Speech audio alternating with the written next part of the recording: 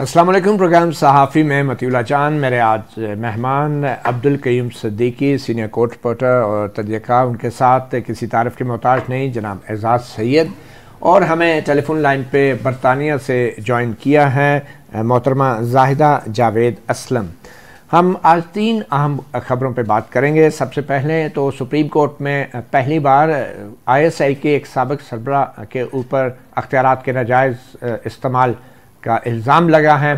एक property tycoon ने एक आइनी दरख्वास्त दायर की जिसमें इल्ज़ाम लगाया गया कि जनरल रिटायर्ड फैज़ हमीद ने बतौर सरबरा ISI अपने अख्तियारात का नाजायज़ इस्तेमाल किया और अपने अहलकारों को इस्तेमाल करके उनके घरों में छापे मारे, घरों से सोना और कैश और बहुत सा सामान लूट लिया गया। ये सब कुछ उस आइनी दरख्वास्त में कहा गया है जो सुप्रीम कोर्ट में दायर की गई।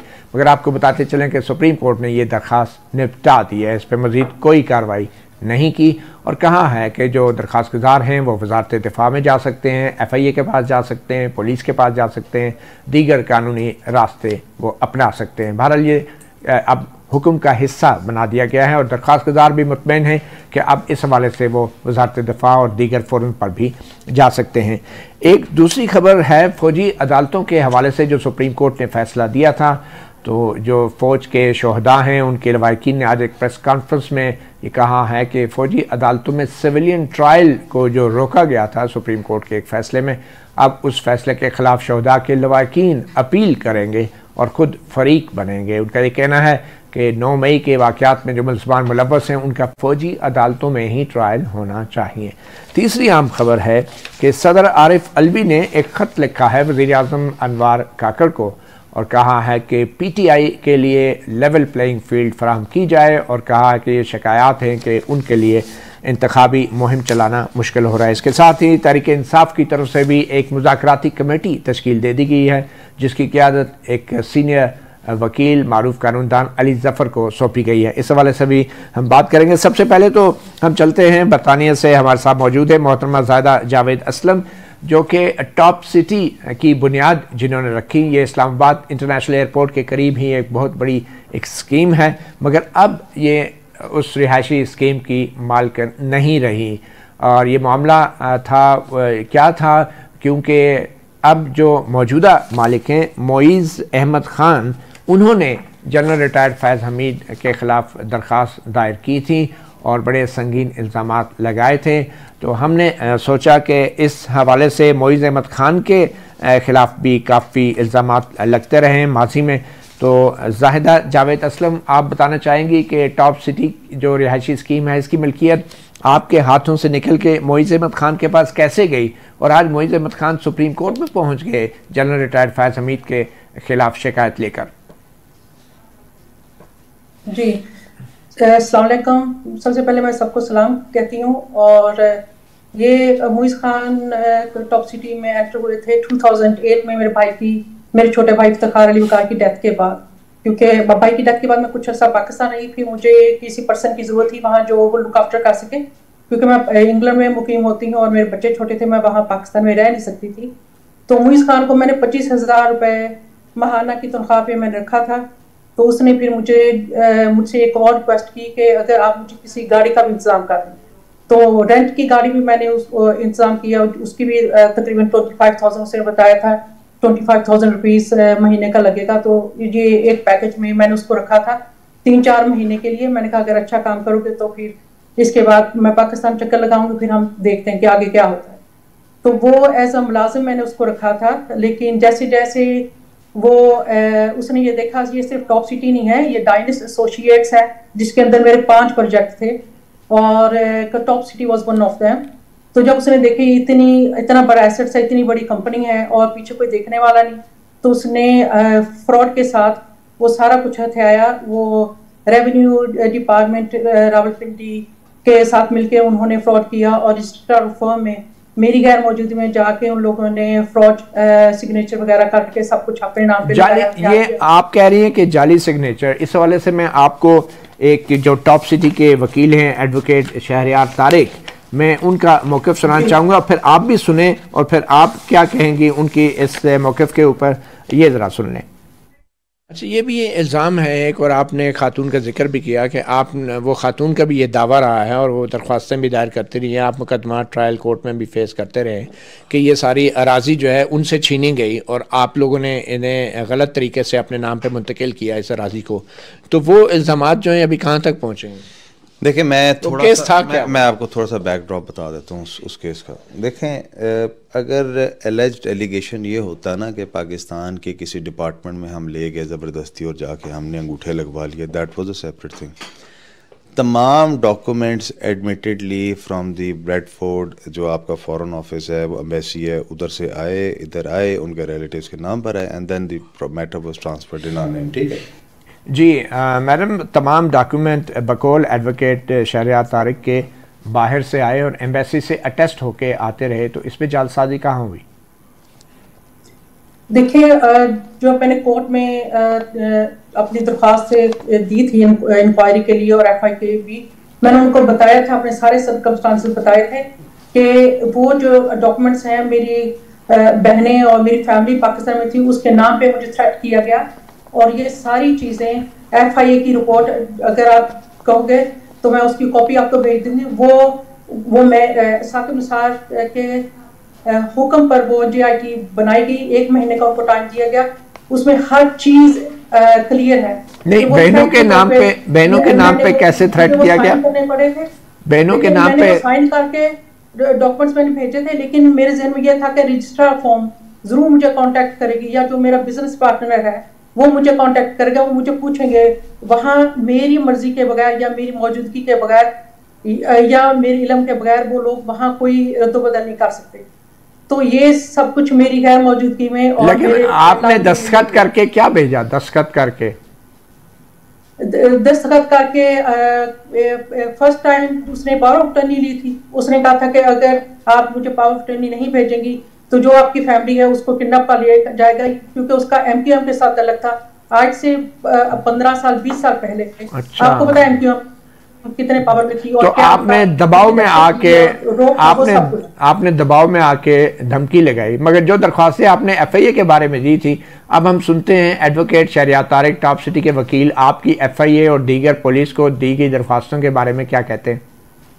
बीबी ने एफआईए में दरखास्तें दी, उस बीबी ने नैब में दरखास्तें दी, उस बीबी ने पुलिस में दरखास्तें दी, और हर जगह जो उसका अलेज्ड एलिगेशन था पर्टेनिंग टू वो के जी के थ्रू अनड्यू ड्यूरेस इन्होंने लिया, दैट वाज फाउंड फेक। वो फेक साबित हुआ एफआईए में और नैब में। आप क्या कहेंगे? कुल ये गलत कह रहे हैं, कोई ऐसा फेक साबित नहीं हुआ। मेरे पास खुद एफआईए की रिपोर्ट है, और बशीर मेमन साहब जब साकिब निसार ने मेरा केस क्लोज कर दिया, सारी इंक्वायरी होने के बाद जेआईटी ने 100% रिपोर्ट जो है वो मेरे हक में दी है। नहीं तो साकिब निसार साहब, ये साकिब निसार साहब कहाँ से आ गए? आप उन्हें कब मिली, क्यों मिली? साकिब निसार क्योंकि जैसे मैंने आपको बताया, मैंने एप्लीकेशन दी थी, सारे डिपार्टमेंट को दी, सुप्रीम कोर्ट को भी मैंने भेजी, फिर मैंने यूके गवर्नमेंट को भी रिक्वेस्ट की, अपने एमपी को भी कहा कि मुझे इंसाफ दिया जाए। तो उन चैनल्स में से किसी तरह से कोई मेरी रिक्वेस्ट साकिब निसार तक पहुंची, वहां से फिर मुझे कॉल आई कि आप मुलाकात के लिए आ जाएं, अगर आ सकती हैं 2-3 दिन में, साकिब निसार साहब टाइम दे देंगे आपको। फिर मेरे साकिब निसार साहब से मुलाकात हुई, उनको मैंने सारी चीज़ बताई। उन्होंने एफआईए को कॉल करके मुइज़ खान को अरेस्ट करवाया, एक दिन रखा अपने पास या 2 दिन, मुझे इस बारे में नहीं। अच्छा, साकिब निसार साहब ने टेलीफोन करके एफआईए को मुइज़ खान को अरेस्ट करवाया। ये चीफ जस्टिस ने टेलीफोन करके उनसे कहा कि अरेस्ट करो। उनके किसी स्टाफ ने, मैं उस वक्त सुप्रीम कोर्ट में ही मौजूद थी, उन्होंने कहा उन्होंने कॉल किया एफआईए को और मुइज़ खान को अरेस्ट करके यहाँ ले आए हैं सुप्रीम कोर्ट में। अच्छा, अरेस्ट तो करके साकिब निसार साहब के मैडम एफआईए के एहलकारों ने मुइज़ खान को अरेस्ट करके साकिब निसार के सामने सुप्रीम कोर्ट में चैम्बर में पेश किया जी। अच्छा, चैम्बर में पेश किया जी। वो देखिए, अब अरेस्ट करना वो, अच्छा, फिर हुआ क्या? फिर साकिब निसार साहब ने उनको वहां बुलाया जो भी है, लेकिन मुइज़ खान फिर साकिब निसार साहब ने किया क्या? फिर ये साकिब निसार साहब ने किया क्या? साकिब निसार साहब ने पहले मेरी पूरी बात सुनी, उन्होंने कहा अच्छा मैं इसके बारे में कुछ करता हूँ, उन्होंने FIA को इन्फॉर्म किया और उनके जरिए मुइज़ खान को वहाँ सुप्रीम कोर्ट में बुलाया गया। फिर उन्होंने JIT की एक 5 रुकनी कमेटी बनाई, उन्होंने कहा कि आपने इंक्वायरी करनी है और सारी इंफॉर्मेशन 1 महीने का टाइम है और 1 महीने में आप लोगों ने मुझे रिपोर्ट देनी है। ठीक है। तो उसमें बशीर मेमन साहब और बशारत साहब, बशारत साहब, ये सारे 5 लोग थे जिनकी उन्होंने। तो क्या रिपोर्ट क्या दी FIA ने? FIA ने रिपोर्ट क्या दी? उन्होंने 100% रिपोर्ट मेरे हाथ में दी थी। उनका जो ये बीबी कह रही हैं, जो इनको थ्रेट दिया गया और 10 साल 15 साल से ये पाकिस्तान में दाखिल नहीं हो सकी, अपनी चीज़ों को नहीं देख सकी और रजिस्ट्रार फॉर्म में कोई डॉक्यूमेंट्स इस तरह का नहीं है जिससे ये साबित हो सके कि जाहिदा मौजूद थी या उसको इल्म था ये जो। ठीक है, ठीक है। अब ये बताएं साकिब निसार साहब ने फिर ये केस क्लोज कैसे कर दिया? आपको कैसे? मुझे भी उन्होंने ये रिक्वेस्ट किया था, बीबी अगर हो सके तो आप यहाँ रुके, आपकी जरूरत पड़ सकती है, अगर आप जाना चाहें तो आपकी मर्जी।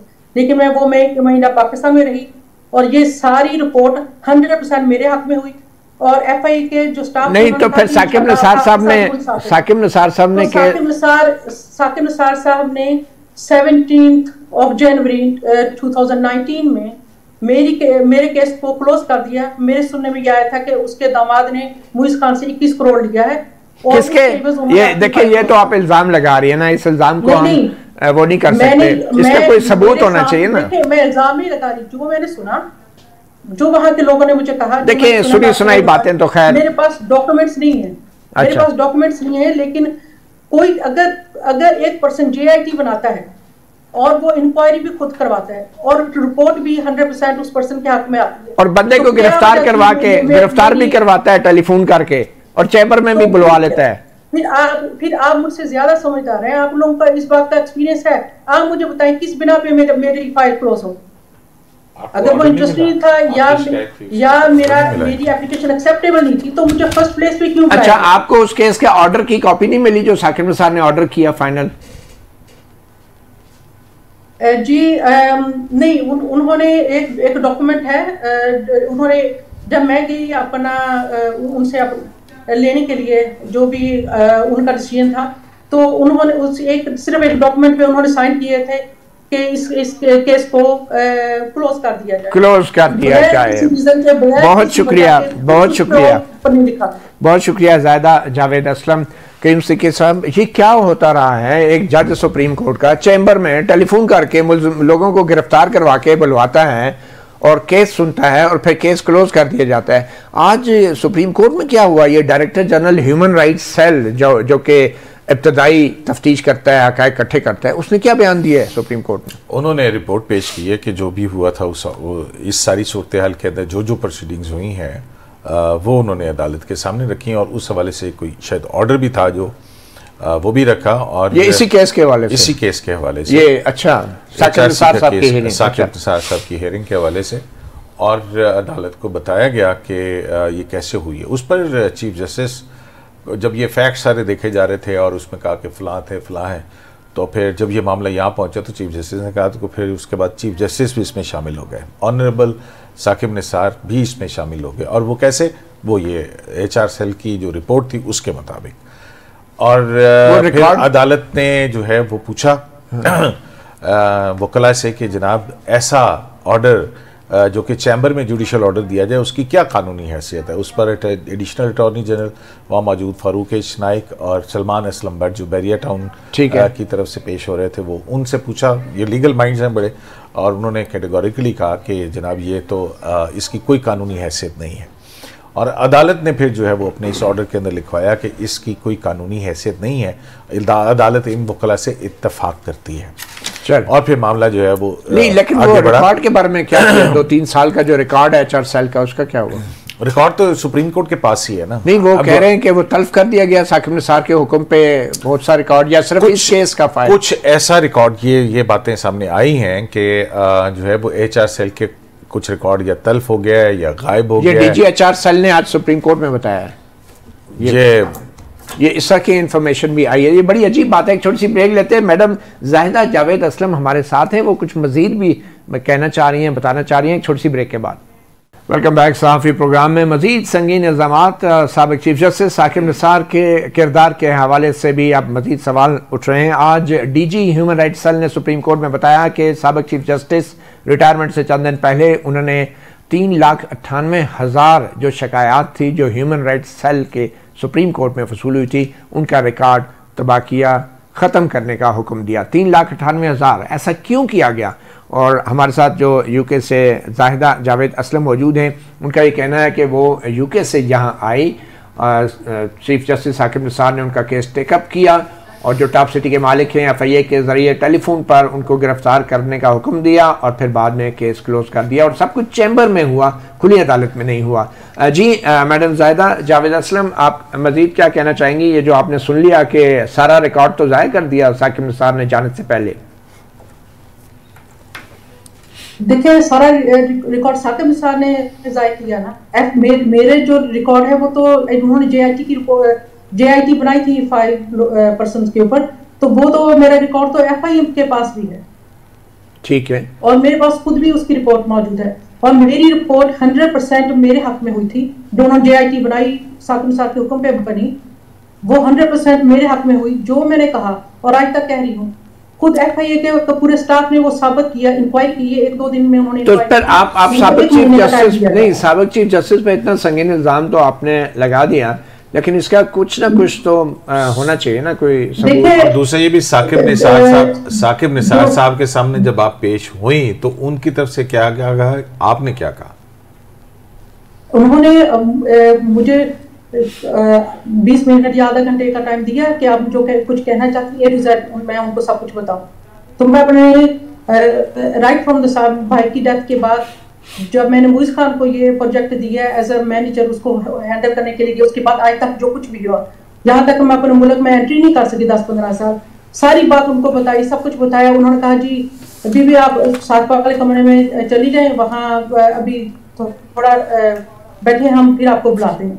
फिर मुझे उन्हीं के किसी स्टाफ ने कहा था कि उन्होंने FIA को उन्होंने फ़ोन किया है, वहाँ से टीम आई है और मुइज़ खान को भी बुलाया गया, ठीक है। और फिर चैम्बर में मुइज़ खान भी वहाँ मौजूद था, फिर उन्होंने मुझे भी बुलाया और फिर ये सारी बातें मैंने उनके सामने कही और फिर उन्होंने मुइज़ खान को अपने चैम्बर में उनको डांटा, जी आप तुम गुंडागर्दी करते हो, औरतों की जमीनें छीनते हो, ये करते वो करते। उन्होंने अपोलोजाइज किया, फिर पुराना तरीका की रिपोर्ट इटालियन लेडी वाला बनाकर उन्होंने इंक्वायरी के लिए कह दिया। देखिए, आप कहते हो मैं इल्जाम लगाती हूँ, मैं इल्जाम नहीं लगाती, लेकिन आप लोग ज्यादा समझदार हो मुझसे, ज्यादा आप लोगों का एक्सपीरियंस है। आपने ऑर्डर की डिमांड नहीं की। खातून के 100% उसकी रिपोर्ट उसके हक में होती है। चलिए ठीक है, आप ये बताएं कि आपने चीफ जस्टिस साकिब निसार से हुक्मनामे की कॉपी नहीं मांगी? मैं जब मुझे टाइम दिया गया था कि आप इस टाइम पे सुप्रीम कोर्ट आ जाए, मैं वहां गई और उनकी सेक्रेटरी ने वो सिर्फ मुझे एक डॉक्यूमेंट दिया, एक पेज दिया था जिसके ऊपर लिखा गया था कि ये जो ह्यूमन राइट्स का उसके रेफरेंस लिखा होता कि ये जो है केस वो क्लोज कर दिया गया, लेकिन मुझे किसी ने उसकी वजह नहीं बताई। अच्छा, वजह आज तक आपको नहीं पता चली? अच्छा, ये बताइए जनरल फैज से, ये जनरल फैज ने जो इतना कुछ किया आपकी खातर, इसकी क्या बुनियाद थी, क्या वजह थी? देखिए, जनरल फैज ने मेरी खातर नहीं किया।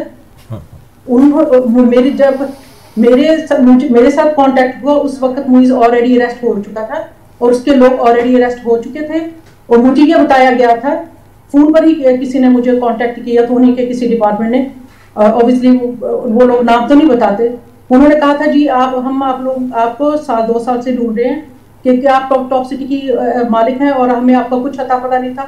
मैंने उनसे वजह पूछी, उन्होंने कहा वहाँ टेररिस्ट को ट्रेनिंग दी जाती है, आपकी जमीन का गलत इस्तेमाल किया जाता है। अच्छा। और वहाँ से जो फंड इकट्ठा होता है वो मिलियंस में अल्ताफ हुसैन को यूके में, लंदन में भेजा जाता है। तो ये सारी चीज़ों के खिलाफ हमारे पास सबूत है, हमने एक्शन लिया है। अगर आप हो सके तो आप पाकिस्तान आए ताकि जो आपकी चीज है वो देखें और हम जो। अच्छा ज़्यादा एक सेकंड, ज़्यादा आप एक सेकंड रुके। ये जो ऑपरेशन किया था जनरल फैज़ हमीद ने, उस ऑपरेशन के एक विटनेस जो है हमारे सीनियर जर्नलिस्ट कोर्ट रिपोर्टर भी हैं एजाज सैयद। एजाज सैयद, आपने रिपोर्ट किया था जब ये छापा पड़ा था टॉप सिटी के ऊपर, ये क्या वाकया था? और जो मैडम बता रही हैं कोई इसी तरह की उस वक्त की कहानी थी जो सामने आ रही थी, हुआ क्या उन इल्जामात का? हथियार बरामद हुए, टेररिस्ट, वो सब कुछ क्या हुआ? बड़ी फुटेजेस वगैरह भी चलाई गई थी। बात यह है कि ये इस्लामाबाद में ये छापा मारा गया था और इस्लामाबाद में रेंजर्स आए थे, रेंजर्स पंजाब रेंजर्स की फोर्स आई थी, सादा कपड़ों में लोग आए थे और ये जो कंवर मुइज़ है इसके घर पे गए थे और वहाँ पर इनका रवैया जो था काफ़ी तौहीन आमेज़ था।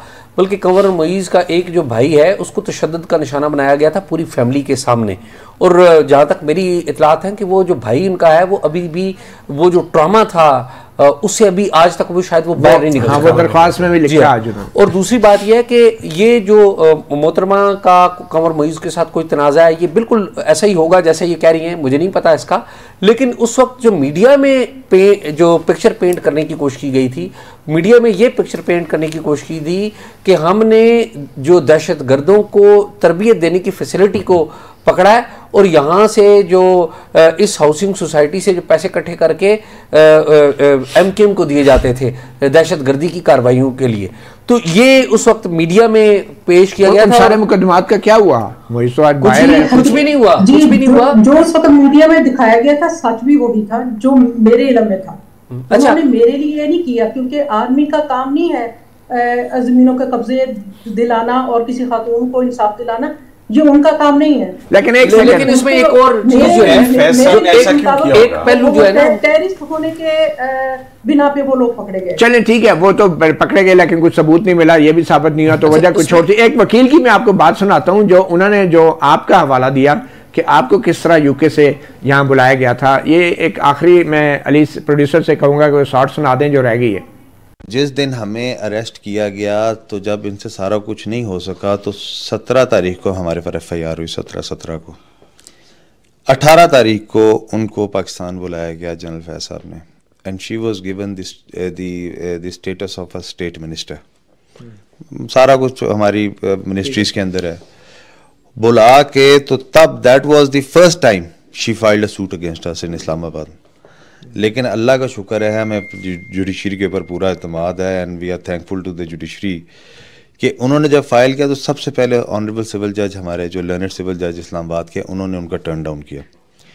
टर्न डाउन किया तो उन्होंने क्या किया, वहाँ से दावा वापस लेके पिंडी चले गए कि यहाँ से रिलीफ नहीं मिला, पिंडी जाके फाइल कर दे, कंसीलिंग दिस फैक्ट, जाके पिंडी फाइल कर दिया। पिंडी फाइल किया तो फिर जब हमें पिंडी में भी उन्हें कोई ऐसी चीज़ नहीं मिली, रिलीफ नहीं मिली, देन लेटर ऑन स्टेज के ऊपर द मैटर वाज एजिटेटेड, हम उसमें गए, पार्टिसिपेट किया, रिप्लाई जमा किया। लेकिन जनरल फैज का नेक्सस क्या है, इंटरेस्ट क्या है? The property, they wanted to get the property. तो क्या उनको कोई माली फायदा हुआ जनरल फैज को?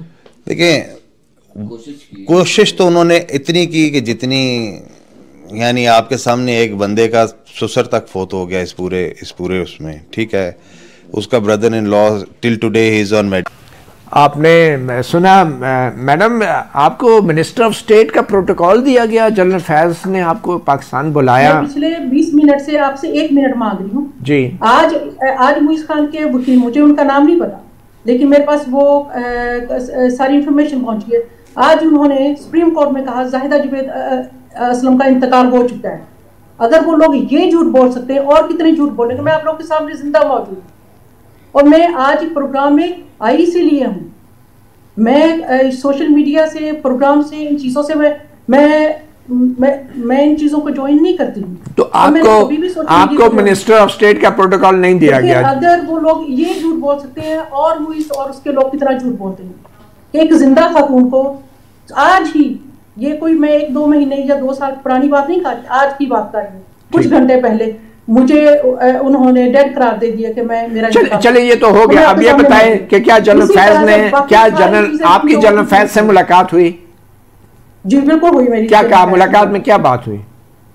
जनरल फैज ने अगेन जिस तरह से साकिब निसार साहब ने पूछा था, साकिब निसार साहब का तो बाद में हुआ था ना, ये जनरल फैज से मेरी मुलाकात पहले हुई थी। तो उन्होंने तो इसका मतलब है आपका केस बजाय जनरल फैज ने साकिब निसार साहब के हवाले कर दिया आपकी फाइल? नहीं, ये चीज जनरल फैज साहब की टोटली खत्म हो चुकी थी, एवरीथिंग। फिर मैंने दोबारा से एप्लीकेशन दी, दोबारा से कोशिश की। अच्छा, जनरल फैज ने आपको क्या बताया? जनरल फैज ने क्या बताया? जनरल फैज साहब ने मुझसे सारी बात पूछी, क्या हुआ क्या नहीं हुआ, और ऑब्वियसली मोइज खान और उसके लोगों को क्यों अरेस्ट किया गया ये तो मुझे सोशल मीडिया से, बाकी इधर उधर से पाकिस्तान पहुंचने के बाद पता चल ही गया था। तो उन्होंने मेरी सारी बात मुझसे पूछी। उसके बाद उन्होंने कहा अच्छा देखते हैं, कुछ करते हैं। लेकिन जब वो उठ के जाने लगे तो मैं उनके पीछे चलते हुए मैंने उनसे रिक्वेस्ट की कि देखिए सर, अगर आप प्लीज मेरी कोशिश करें, मुझे बहुत साल हो गए हैं स्ट्रगल करते हुए अपने हक के लिए। तो मुझे नहीं पता अब उनकी सोच क्या थी या इरादा क्या था, अल्लाह ताला बेहतर जानता है। उन्होंने मुझे ये पूछा था कि अगर हम टॉप सिटी रख लें तो आपका इसके बारे में क्या ख्याल है? क्या मतलब? चलते हुए एकदम से रुक के उन्होंने कहा नहीं, मैंने उनको मेरे जहन में ये उस वक्त सोच आई थी कि ये सिक्योरिटी के लिहाज से पूछ रहे हैं, क्योंकि दूसरे लोगों टेररिस्ट और वो ये सारी चीजें वहां हो रही हैं। तो मैंने उनको ये कहा कि मैं आइंदा ये प्रोजेक्ट किसी को और को नहीं दूंगी, मैं खुद चलाऊंगी और मैं इसकी गारंटी देती हूँ कि मैं खुद चलाऊंगी। तो मुझे किसी को देने की जरूरत नहीं। ये आप क्या कह रही हैं? जनरल फैज ने आपसे टॉप सिटी मांग लिया कि अगर हम रख लें ये प्रोजेक्ट?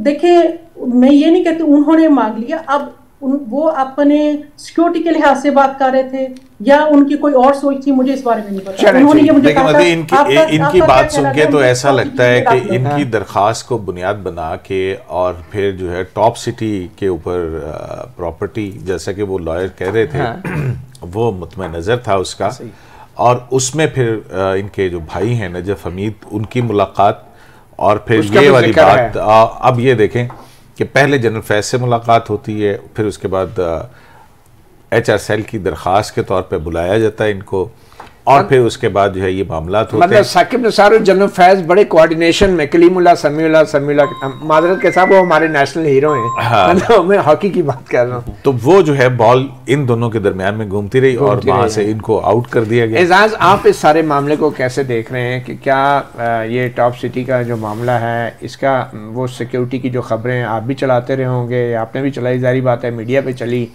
तो हकीकत कुछ और थी, मामला पैसे का था। मतीला, इसमें तो कोई शक ही नहीं कि हकीकत कुछ और नहीं थी। उस वक्त के जो वज़ीर दाखिला थे, उन्होंने चौधरी निसार थे, उन्होंने उनकी एक खातून जॉइंट सेक्रेटरी थी, उसके ज़रिए DG जो रेंजर्स थे पंजाब के, उनको ख़त लिखा कि बताया जाए कि ये छापा क्यों मारा गया।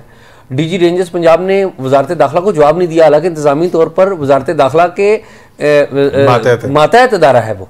और फिर दूसरा रिमाइंडर लिखा गया, और फिर बाद में जो जनरल फैज़ हमीद है और उस वक्त गालिबन DG ISI जनरल रिजवान थे, इन्होंने चौधरी निसार से मुलाकात की, और फिर बाद में किसी को कुछ पता नहीं चला कि इस मामले में क्या चला, और अभी तक शायद अभी भी किसी को कभी कुछ पता नहीं चल सकेगा कि सारा कुछ हुआ क्या है। अब देखिए, वजारत दफा में अगर टॉप सिटी के लोग जाते हैं तो वहाँ पर अगर नए सिरे से सारे मामलात की तहकीकात होती हैं, तो क्या जो मैडम जाहिदा जावेद असलम दावा कर रही हैं, क्या ये भी उन तहकीकात का हिस्सा बन सकेंगी?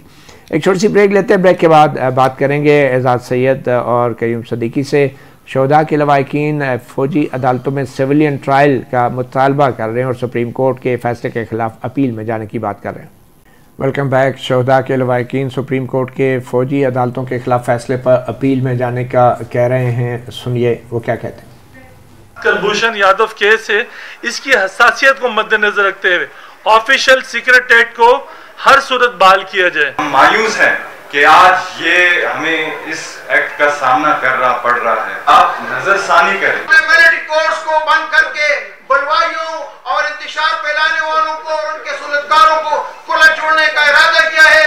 शहीद का ये बेटा आपसे पूछता है कि आपने ये गलत फैसला करके उस पर नजरसानी करें और मिलिट्री कोर्ट को दोबारा बहाल करें। सिविल कोर्ट्स की इतनी अथॉरिटी नहीं है कि वो इस तरह के इंटेलिजेंस नेटवर्क्स के जो अंदरूनी मामलात हैं उन तक पहुंच सके। बलूचिस्तान में एक सेशन जज ने जब एक दहशतगर्द को सजा दी तो वो जुई जेल से निकला, वो टारगेट हुआ। क्या इस तरह आप सेक्शन 2B को खत्म करके उन जजों को, उन पाकिस्तान से 10 बस्ता अपील करता हूं कि इस सेक्शन को 220 को बंद। एजाज साहब, बड़ा जज्बाती सा माहौल बना दिया गया है और एक माहौल बनाया जा रहा है कि अगर फौजी अदालतों में भी केस चलता है तो वहाँ पे भी कोई बच ना पाए। आप कैसे देख रहे हैं आज के ये जो प्रेस कॉन्फ्रेंस हुई है? मतुल्ला, ये जो लोग जिन्होंने प्रेस कॉन्फ्रेंस की है ये मुख्तलिफ शोहदा के लवाकिन हैं और ज़ाहिर है शोहदा की रिस्पेक्ट है, उनकी रिस्पेक्ट करनी भी चाहिए। ज़ाहिर बड़ी उन्होंने कुर्बानी दी है और इन फैमिलीज़ ने भी कुर्बानी दी है। लेकिन एट द सेम टाइम अगर आप ये देखें कि ये दुरुस्त ट्रैक की तरफ खड़े हैं या गलत ट्रैक की तरफ है, मेरे ख्याल में ये दुरुस्त आर्ग्यूमेंट नहीं कर रहे और ना इनका ट्रैक दुरुस्त है। अदालत उज़्मा ने एक ऑर्डर दिया है, फ़ौजी अदालतों का पूरा एक हिस्ट्री है, पूरी एक बैकग्राउंड है।